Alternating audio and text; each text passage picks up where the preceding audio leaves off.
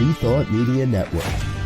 We are a global broadcast network of positive music, media, and entertainment, inspiring humanity's evolution along the journey of enlightenment and creating a world of love, peace, empowerment, and prosperity for all. New Thought Media Network. Positively inspiring.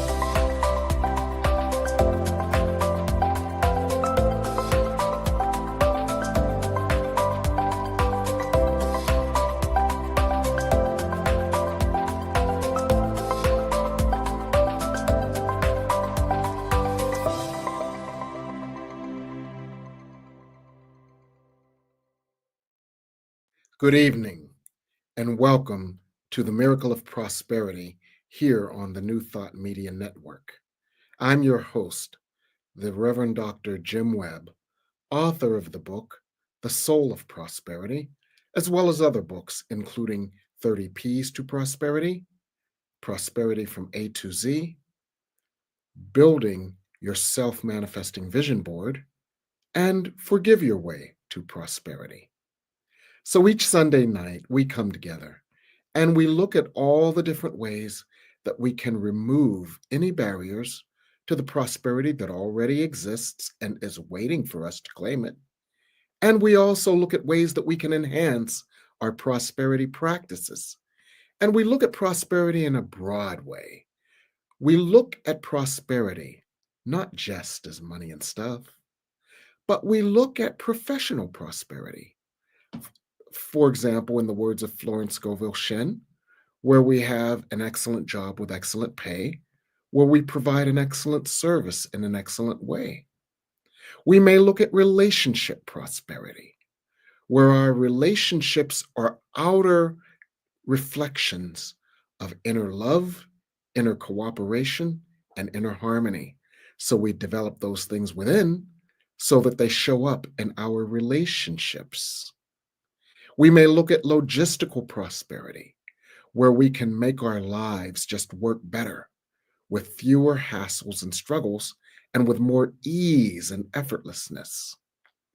We may look at resource prosperity, which might include money and stuff, but it is simply having all the resources we need to live the happy, joyful, and fulfilled lives.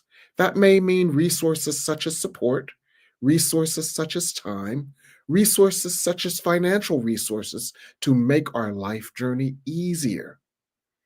And this is just the tip of the iceberg.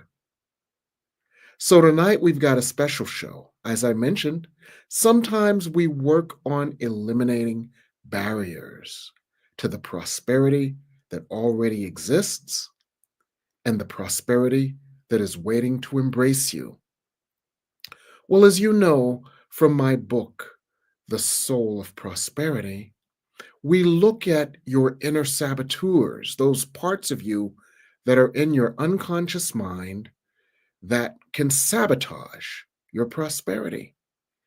And as I was rereading that chapter recently, it occurred to me that the focal point for all your inner saboteurs is the inner child. And if there is one thing that you can do, and if there is one thing that you can work on to open yourself to the prosperity that you deserve and desire, that is to heal and transform your inner child. Because that is the largest part of you saying no when God is saying yes. So that's what we're going to explore tonight. We're going to explore your inner child your gateway to prosperity. So, we're going to first start by understanding your inner child a little more so that we can understand how to heal and transform your inner child. Because you see, we may have very skewed ideas of our inner child, but just so we have a common understanding, our inner child is the part of our consciousness that is the amalgamation of our early childhood experiences, the lessons that we learned, how we interpreted those experiences, the trauma, the happy parts as well. And that consciousness that crystallized as a child is still working. And quite often, that consciousness that crystallized as a child is still working, but unfortunately, it's working against us. So I want to begin with a story. I want to begin with a story of a client. This client was preparing for her wedding. She had met the man of her dreams, and she was preparing to be married, and they were preparing to buy a house. And she found that everything she did was getting in the way of those goals. She bought this fabulous wedding dress, but she found herself gaining weight inexplicably, and she couldn't stop gaining weight. And no matter how much she tried, she kept doing everything she could to gain weight. And then the money they had saved for the down payment, she found herself spending it on wedding stuff. And so she was unconsciously sabotaging her life's dream. And so we had to work on that. And we realized that she wasn't sabotaging her life's dream. Her inner child was sabotaging her life's dream. Because you see, we realized that when she was 8 years old, that very tender stage, her mother remarried. Her mother remarried a man who had already had a son. Now, when her mother remarried, she moved to a different school. She was the skinny, strange girl. She was bullied. And at home, her mother had to curry favor with her new husband and his son.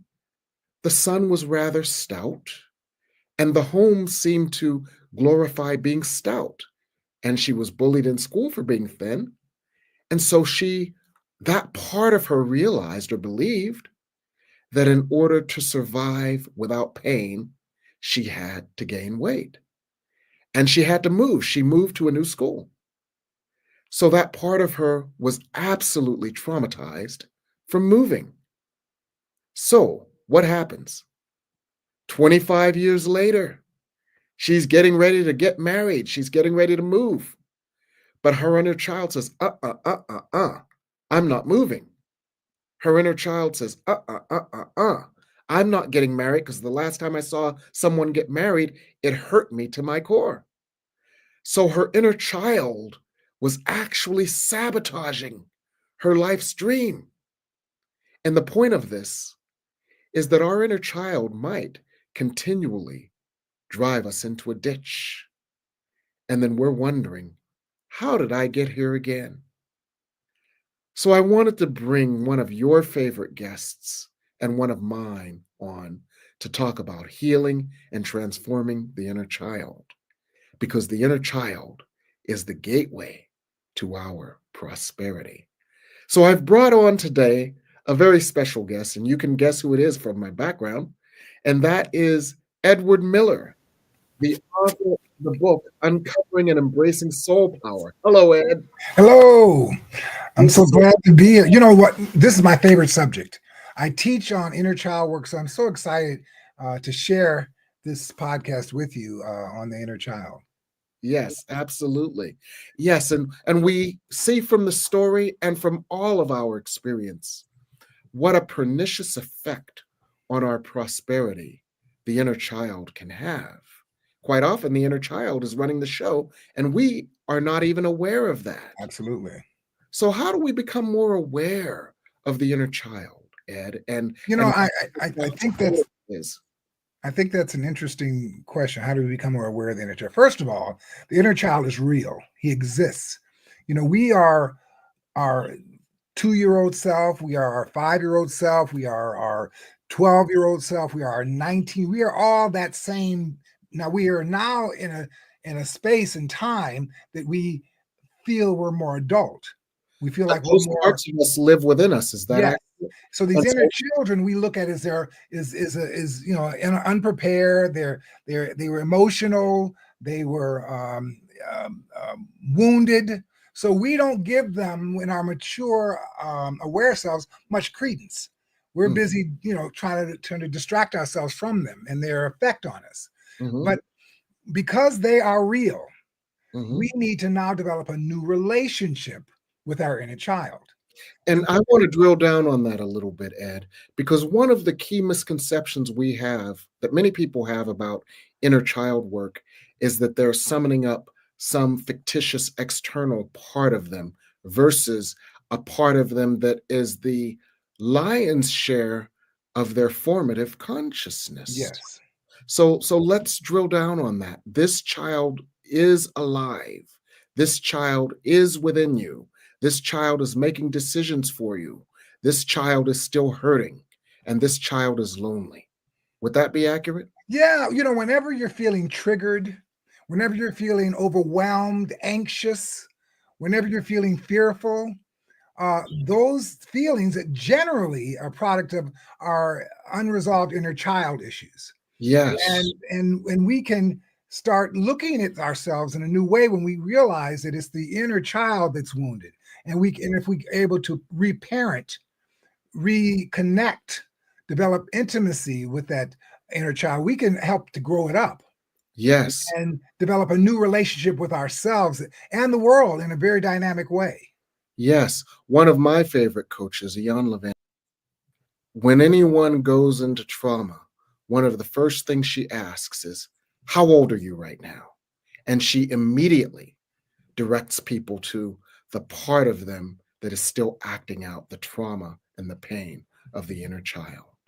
How else can we begin to get in touch with this inner child and what Well, is do you mind if I tell just my short story of my how I gained intimacy with my inner child? absolutely? I was and this is just a short. I was a fat kid, and I grew up in a household where everybody was achievers. Everybody was the top of the class, Mhm, admired, looked up to. And I was a little fat kid that had reading disorder.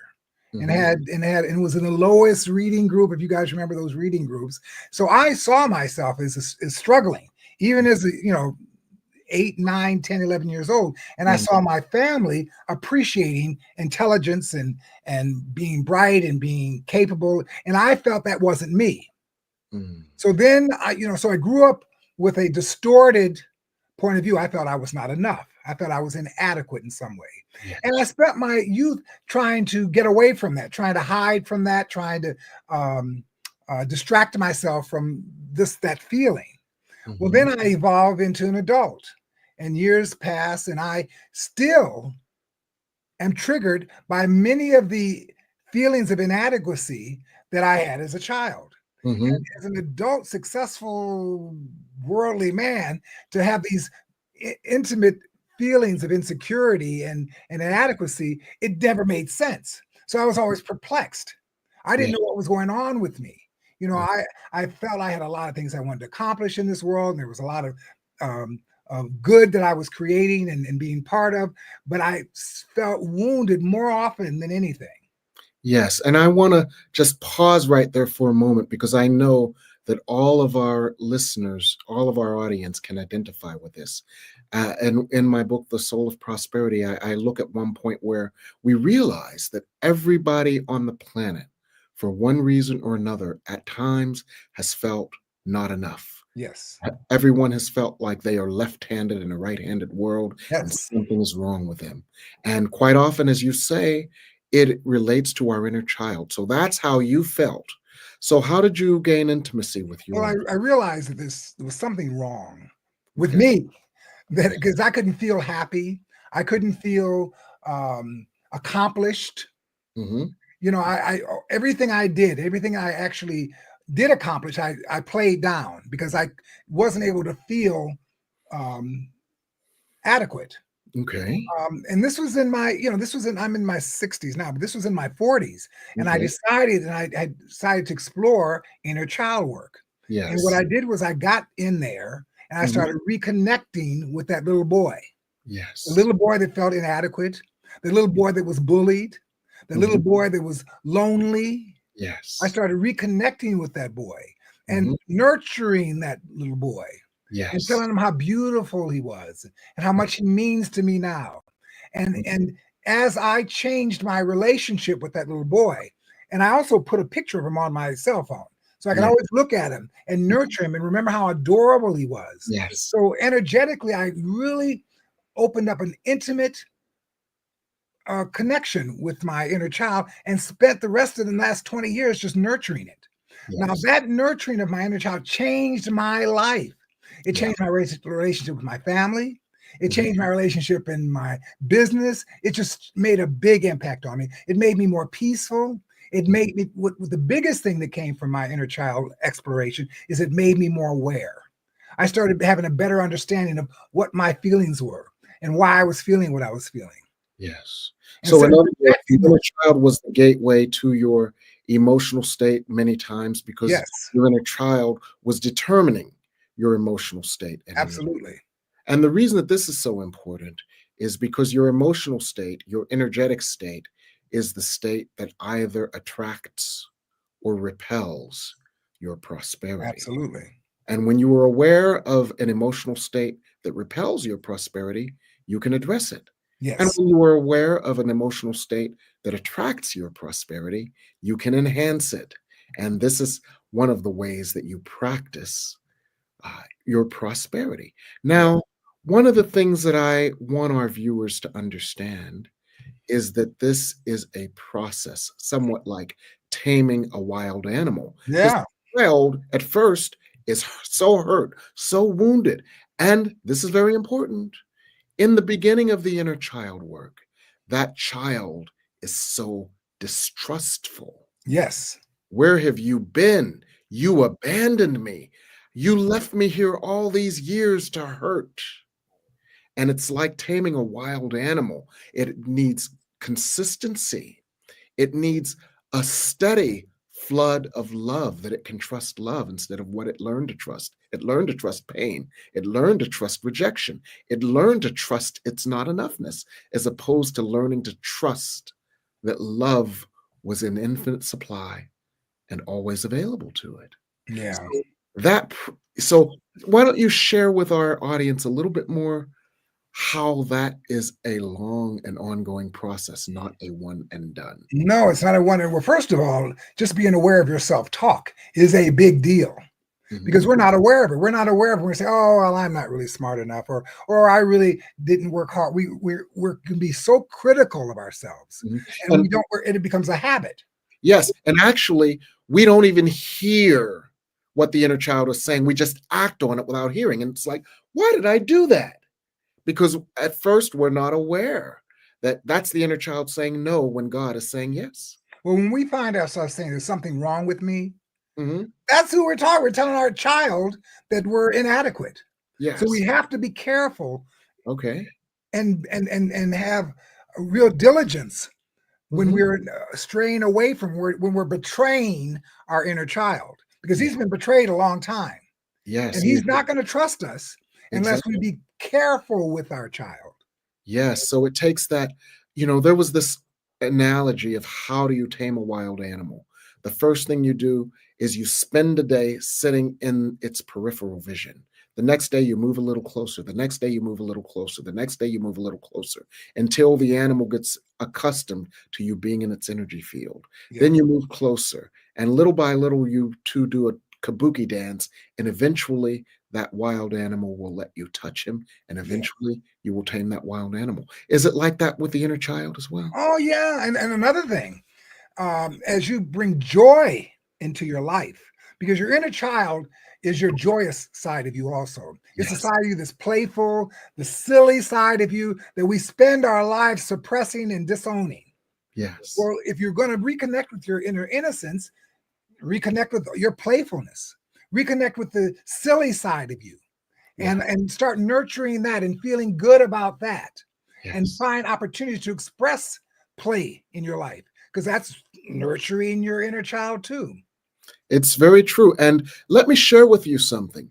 If you come from an oppressed community where survival was your main focus, whether it was economic suppression or whether it was emotional suppression because of a dysfunctional household, one of the things you may not have learned is the value of play, because play was deemed frivolous when your function was to survive. And we can't emphasize enough the value of letting your child play, letting your child dance, and letting your child express itself. Yes. Been stifled. Well, and another example is letting your child be sad if they're sad. Because when we're sad, often what are we doing? I don't want to feel that way. Right. I don't believe I'm not that guy. But in reality, the child is sad sometimes. Yes. And perhaps that child has been discouraged from expressing those emotions too. How many times have we heard, stop crying or I'll give you something to cry for? So there is a lot that we can do to reclaim, heal, and transform the inner child. Now, I worked with John Bradshaw for decades in doing his work. And what I want to do when we come back from break is I want to look at all the different tools and techniques that we have at our disposal to heal, to reclaim, to embrace, to relanguage, and to energetically transform the inner child. So that's what we're going to do when we come back from break. And we're also going to take questions from our viewers. So viewers, let us know you're here, and also let us know what questions you may have so we can address those after the break as well. So we're going to go to break, and we'll be right back here on the New Thought Media Network. Please help us say thank you to our organizational sponsors, including the Hefferland Foundation, Affiliated New Thought Network, International New Thought Alliance, Science of Mind Archives and Library Foundation, Center for Spiritual Living Denver, Center for Spiritual Living Midtown, New Thought Philadelphia, Planned Happiness Institute, Summit Center for Spiritual Living, One Heart Retreats, Center for Spiritual Living on the Lake, Unity Kitchener, Unity Spiritual Center, Ottawa, Om Center for Spiritual Living, Satya Center, Begin Within Ministries, Center for Spiritual Living North Jersey, Unity of Savannah, and the Center for Spiritual Living Seattle, as well as all of our individual donors. Thank you for being part of the New Thought Media Network. Please like, share, and subscribe. New Thought Media Network, positively inspiring.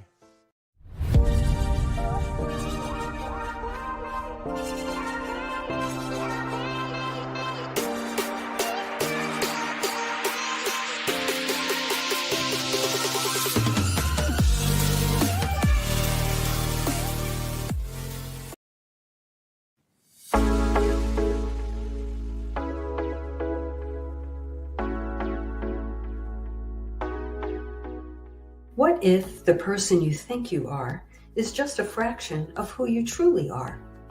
What if years of conditioning and surviving in a challenging world have left you clinging to strategies and beliefs that mask your truest nature? I'm Catherine Duca, psychotherapist and self-esteem coach, and you're listening to Who Do You Think You Are? A show that looks beneath our psychological masks and uncovers our profoundly messy, beautiful, brilliant, tender-hearted essence. Join me as we go in search of the hidden power of our true selves. I'm so glad you're here.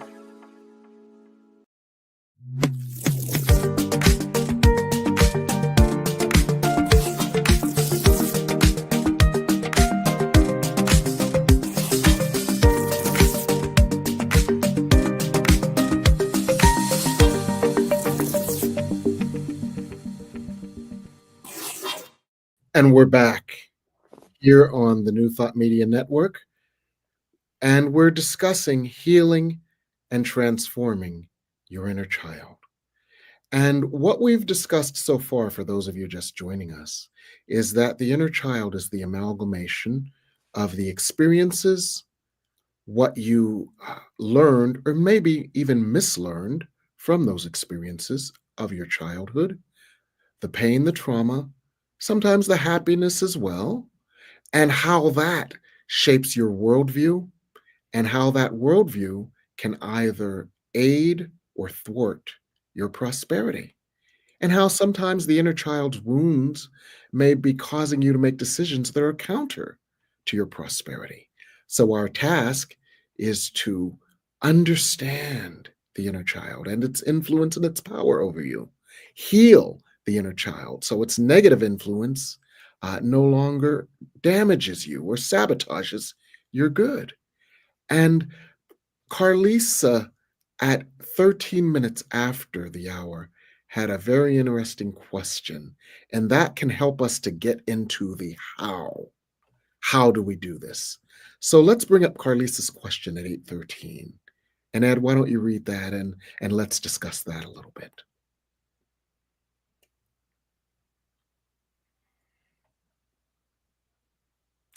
And the operative part of it is the last sentence, how.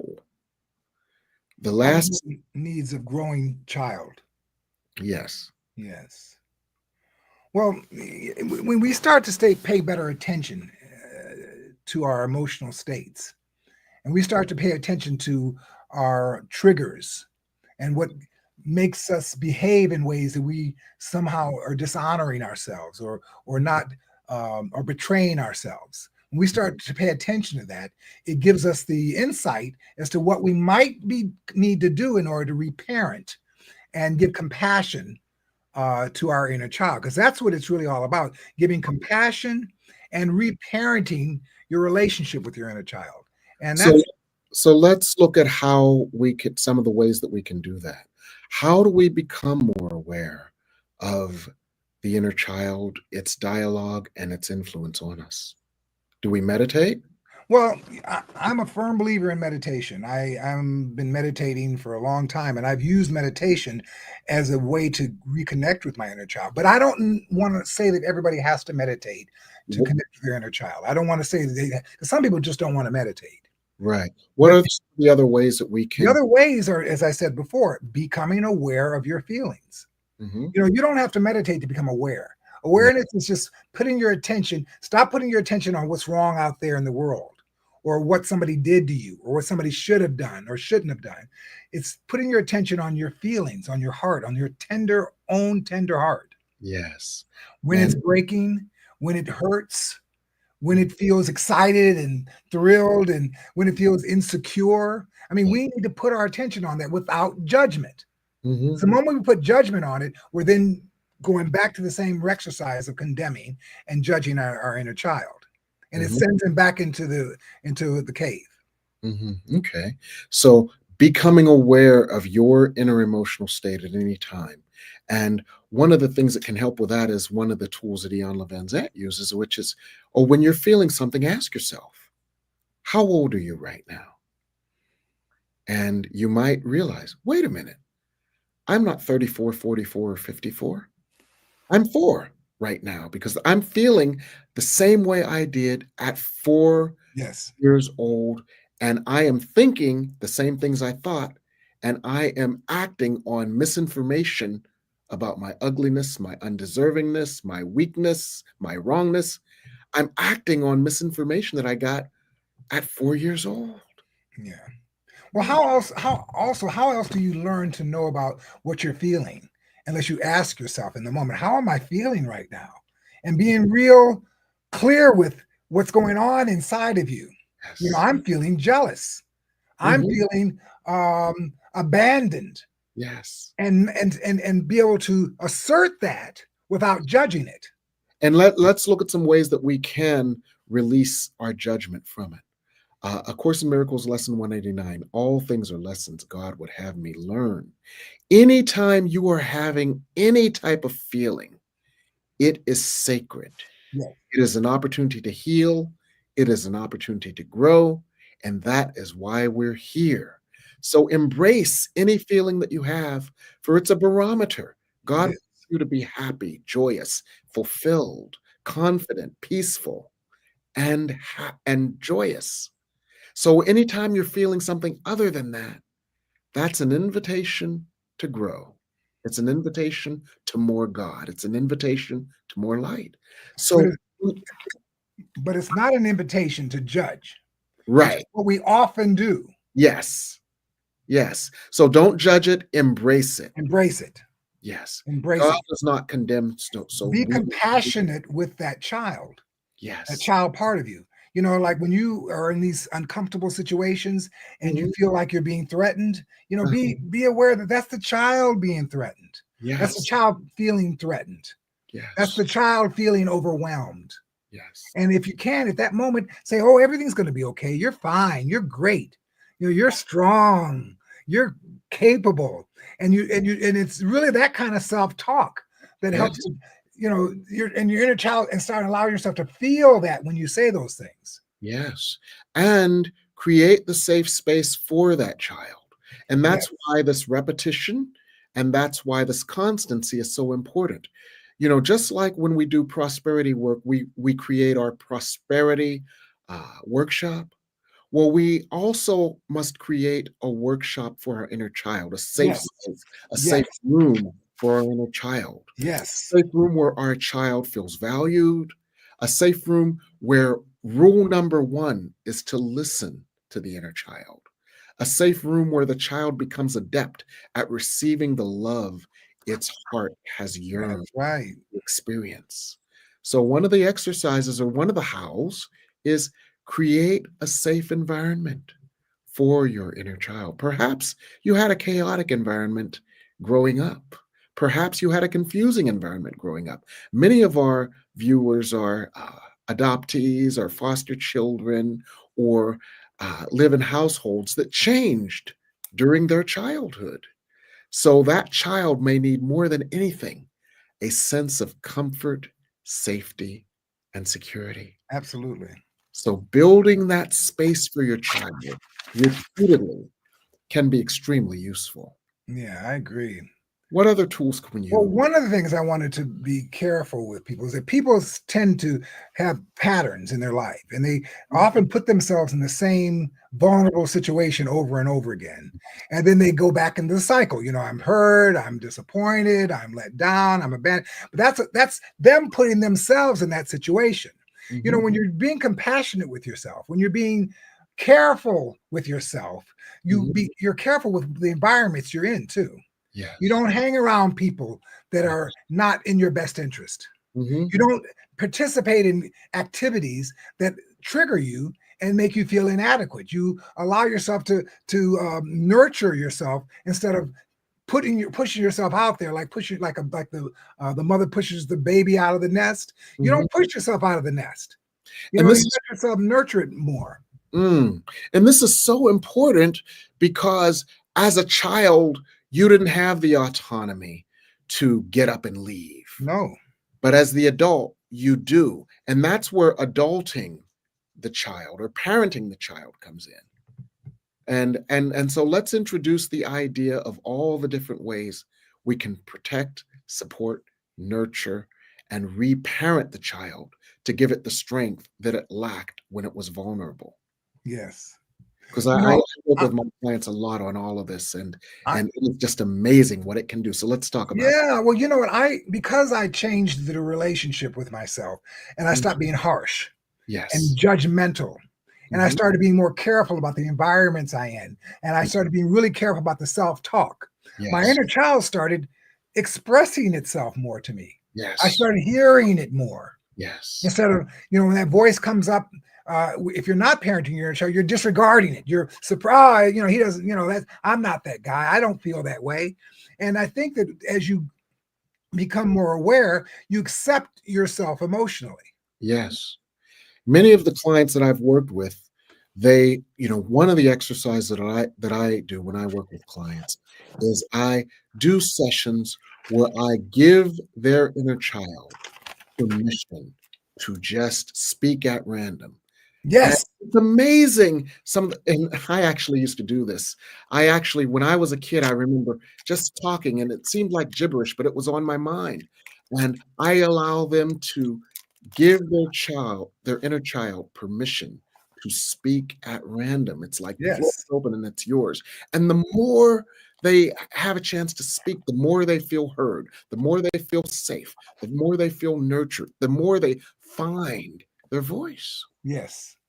And that's very important. It is very important. Yeah, yeah. Yeah, it's extremely important. I now would call myself joyous. I wouldn't have called myself joyous 15 years ago because I Yes, didn't know what joy was. I yes, felt more duty than anything else because I yes, was the one that was responsible for everything. yes. But as I became more intimate with my vulnerable sides Mhm. and was more prepared to encourage myself and things changed. I got braver. I got Yes, more resilient. yes, yes. So the key here is to understand for our viewers, there is a wellspring of joy within you Yes. that has been suppressed, denied, beaten back, beaten down. It has lived latently in your inner child, waiting to be freed. Create a safe space for that inner child. Access the light of Creator, the light of Source. You can call it Chi, life force. You can call it Santa if you want.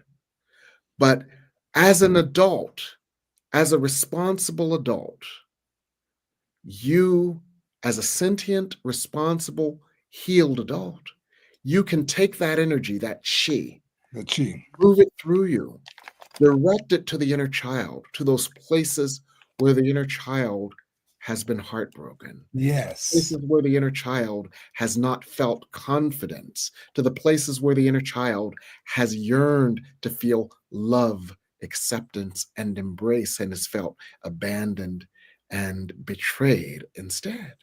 And each time and let's call it channeling, if you will, each time you channel the light that your powerful sentient adult has become adept at calling forth, each time you channel it to the inner child, that child heals just a little, Absolutely. feels a little bit more confident, Yes. a little more sure of itself, a little more deserving of its good, and a little bit more ready to remove itself from unsafe situations, right? Yes. So Yeah. those are some things that we can do to, And I think it's also important too that we realize when we're doing inner child work, we're not blaming anybody. yes, We're not that's blaming our mother. We're not blaming our environment. We're not blaming auntie for spanking us that time. We're yeah, not doing any of that. What we are doing is we're becoming aware of when we were in those moments when we were vulnerable, how we felt. yes. And it's And nobody's fault that we felt that way. absolutely. And this is so very important. And this is one of the other reasons, because in the literally thousands of clients that I've had over the last 30 years, one of the biggest blockages that they cite to doing inner child work is, oh, I got to do that shadow work. And they have gotten so used to blaming someone else that they think, oh, if I do inner child work, I've got to take responsibility for myself. And it's not taking responsibility, it's reclaiming your power. But it's also taking responsibility too. Well, yeah, it's taking, I have been responsible for this, but I Yes, will not condemn it or blame myself for absolutely. it. So Absolutely. it's responsibility without the blame. Quite often when we think of taking responsibility, we equate responsibility with blame. Yes. But that's because we've learned to condemn certain of our feelings. Yes. But when we release the condemnation, responsibility can come without blame. And so it's no longer what Aunt Aggie did to us. It's now, this is what I experienced objectively. This is how I felt. And this part of me still feels this way. And this is the truth and the light of God that can cause me to feel something different and do something different and see something different and allow and create something different. Yeah. Yeah. So Let that's let me make one short story. You know, yes. I had a harsh mother, Uh-huh. loving but harsh. You know, Mhm. she didn't say things sweet. She wasn't a sweetie pie where she'd say, "Oh, my baby." That wasn't my mother. Mhm. So I was pretty harsh with myself. Okay. And I realized that I grew up not being tender with myself. Mhm. So I had to learn how to reparent myself Yes. and give myself the intimate reparenting that I wasn't able to necessarily get from my family. And that didn't make them wrong. And Yes. once I started reparenting myself and becoming, you know, that level of intimacy, my relationship with my mother seemed to change. Yes. Even though she had been gone, Mhm. I saw her differently.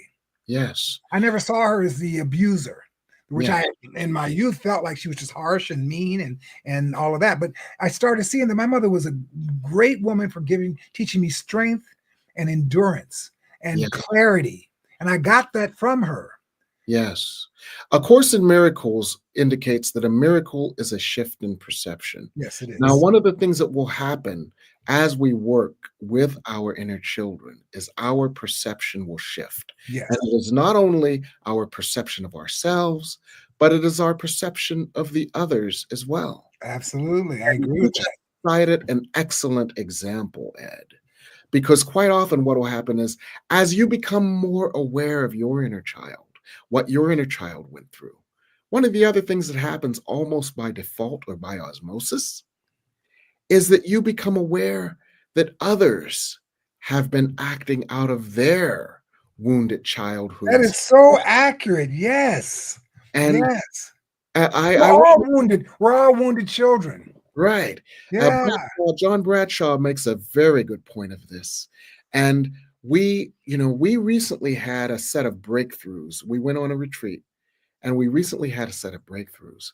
And one person's breakthrough was that she healed a relationship with her mother that she never thought she would heal because her mother had a very difficult time expressing love, Sure. appreciation, or even respect for her, and that had wounded her for years. Yes. And she had gotten to the point where, oh, no, and when the loving, healing guidance would say, "We're going to work on your relationship with your mother," girlfriend would would stomp out of the room.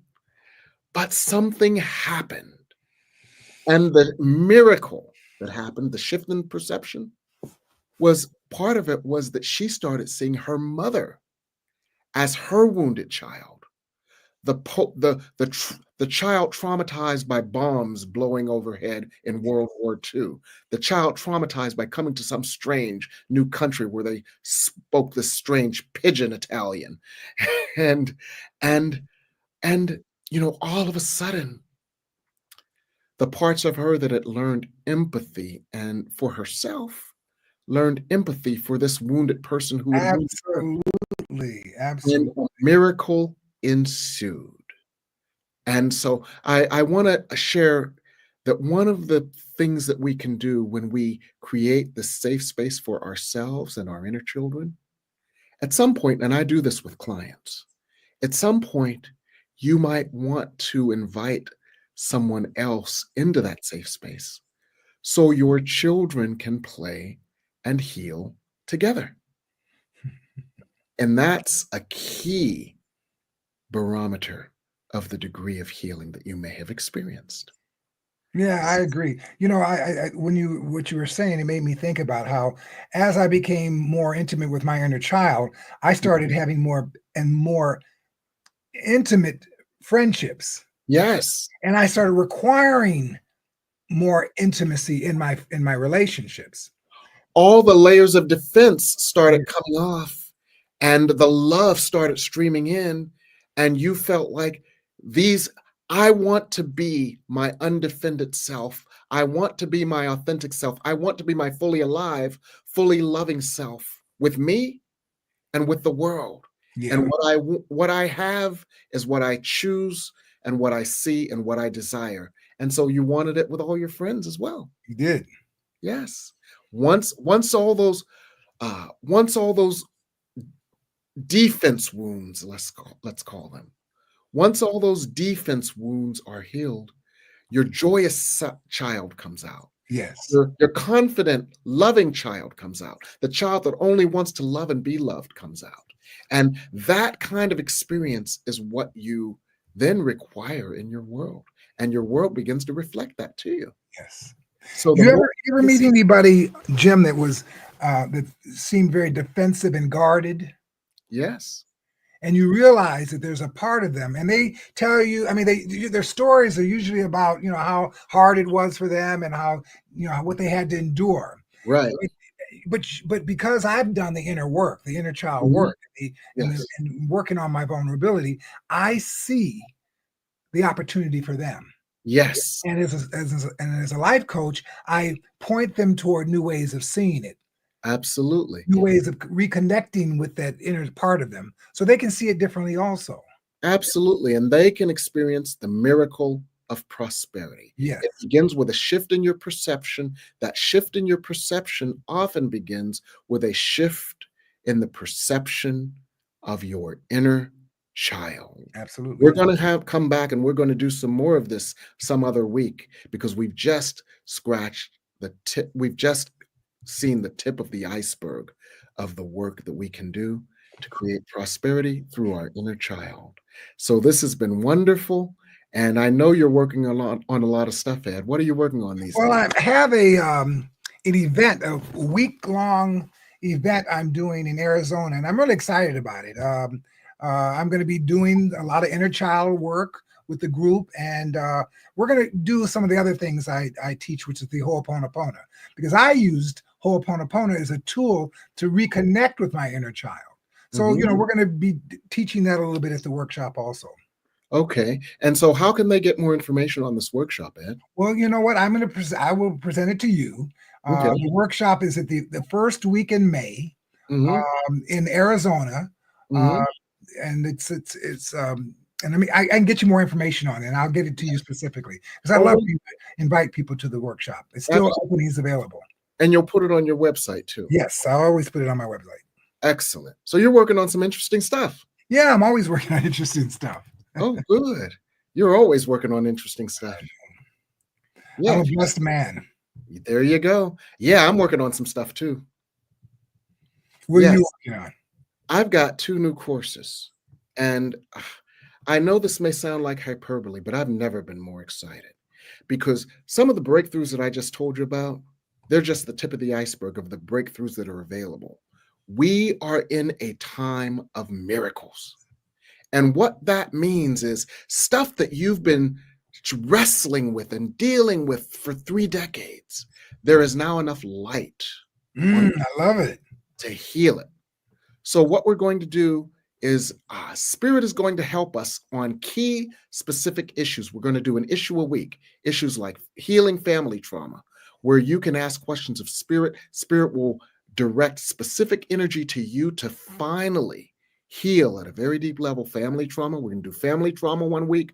We're going to do sexual shame, sexual guilt, and sexuality 1 week. We're going to do 1 week of healing the inner child. We're going to do 1 week of how to manifest. So we're going to take for 8 weeks, we're going to take a specific thing that is, common to every one of us. And we're going to allow the miracle in that area of our lives, so that there is no part of us saying no, and that every part of us is saying yes.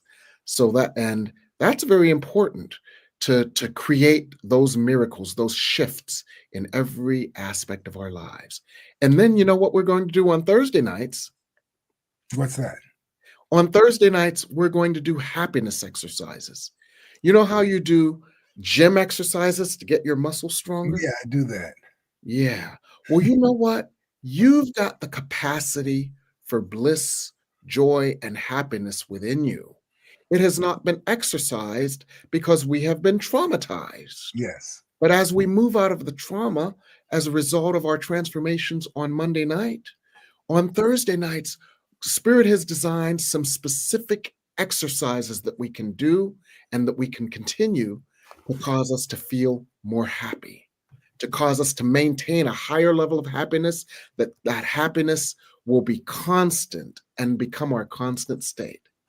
You know, what I'm learning is that happiness is something we have to continually give to ourselves. Exactly. And Yeah, we have to continually, we generally have to get out of the habit of terrorizing ourselves. exactly. And so the Monday night class, it eliminates all of those deep-seated areas of trauma so that we get into the habit of allowing the space, building the space, expanding the space of happiness in our lives. I love So, that.